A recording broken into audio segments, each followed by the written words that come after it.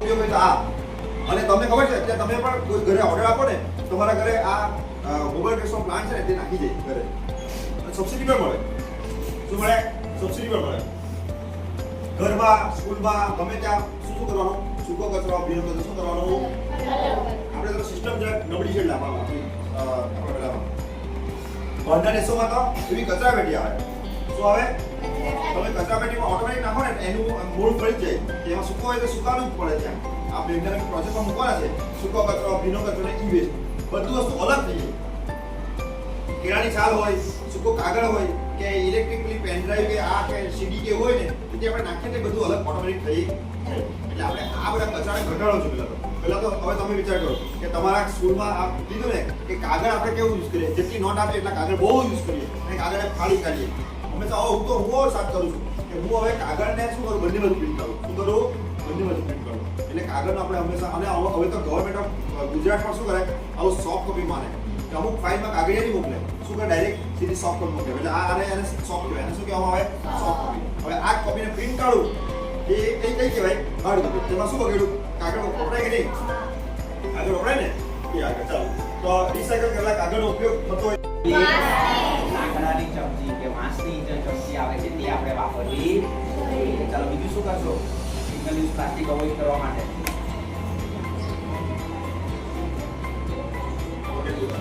જોરથી બોલ દીકરા.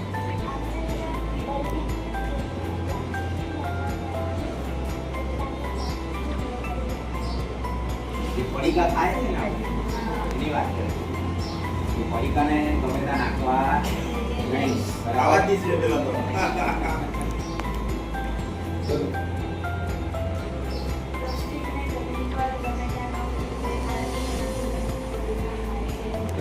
પ્લાસ્ટિકને ગમે ત્યાં આપણે નાખવું જોઈએ નહીં. એમ તો આ સિંગલ યુઝ પ્લાસ્ટિકને અવોઇડ કરવા માટેના ઘણા બધા મુદ્દાઓ આપણે બોલી શકીએ, પણ જ્યાં સુધી એને આપણે આપણા જીવનમાં નહીં ઉતારીશું ત્યાં સુધી એ નકામ છે. ખ્યાલ આવે છે? એટલે અત્યારે અહીંયા જે મુદ્દાઓની ચર્ચા કરવામાં આવી રહી છે, આપણે સૌથી પહેલો મુદ્દો જોઈ ગયા ઉર્જા બચત, ત્યાર પછી ઉર્જા મુક્ત થઈ ગયા અને ત્યાર પછી ઉર્જા મુક્તનો પહેલા મુદ્દો જોયો આપણે. ત્યાર પછી આપણે પ્રશ્ન કરી સિંગલ યુઝ પ્લાસ્ટિકનો ઉપયોગ ઘટાડવા માટે આપણે શું કરી શકીએ?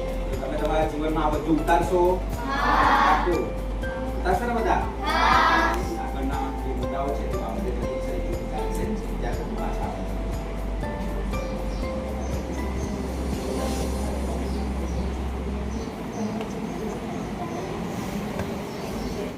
ત્યારે એ શું કરી દેશે? પોતાના ઘરના લાઈટ પંખાને બંધ રાખશે અને જ્યારે એને કશે જવાનું હશે ત્યારે બને ત્યાં સુધી કયા વાહનનો ઉપયોગ કરશે?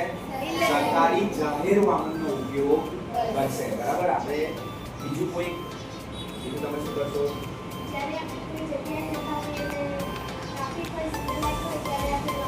એકદમ સાચી વાત. આપણે જ્યારે ફાટક પર ગયા હોય, આપણે કશે જતા હોય રસ્તામાં ફાટક આવી ગયો પણ ટ્રાફિક સિગ્નલ આવી ગયો, સિગ્નલના લીધે તમારે ઊભી રહેવાનું છે, તો બધાની ગાડી મોટે ભાગે શું હોય? ત્યારે આપણે શું કરી દેવું જોઈએ? ત્યારે બંધ કરી દેવું. પહેલાના જે બાઇક ને કાર જે આવતા હતા તેમાં આપણે કિક મારી દીધી. બરાબર. હવે કોઈની ગાડીમાં કિક છે તો બધાની સેન્સ આગળ છે, થઈ જાય તરત પાછી થાય તો પણ ઘણા બંધ કરતા. પણ આપણે જો ઉર્જાનો બચાવ કરવો હોય તો આપણે આપણી ફાટક પર સિગ્નલ પર આપણે ગાડીને શું કરી દેવું જોઈએ? તો આજની સેશનના ખાસ મુખ્ય મુદ્દાઓની આપણે વાતો કરી તો આપણી પાસે 7 જેટલા મુદ્દા છે. અને આપણે પહેલો મુદ્દો કયો છે આપણો? ઉર્જા બચત. સેકન્ડ નંબર પર કયો છે? તમે બોલો. ચાલો થર્ડ નંબર પર કયો છે? એટલે આપણે બોલો.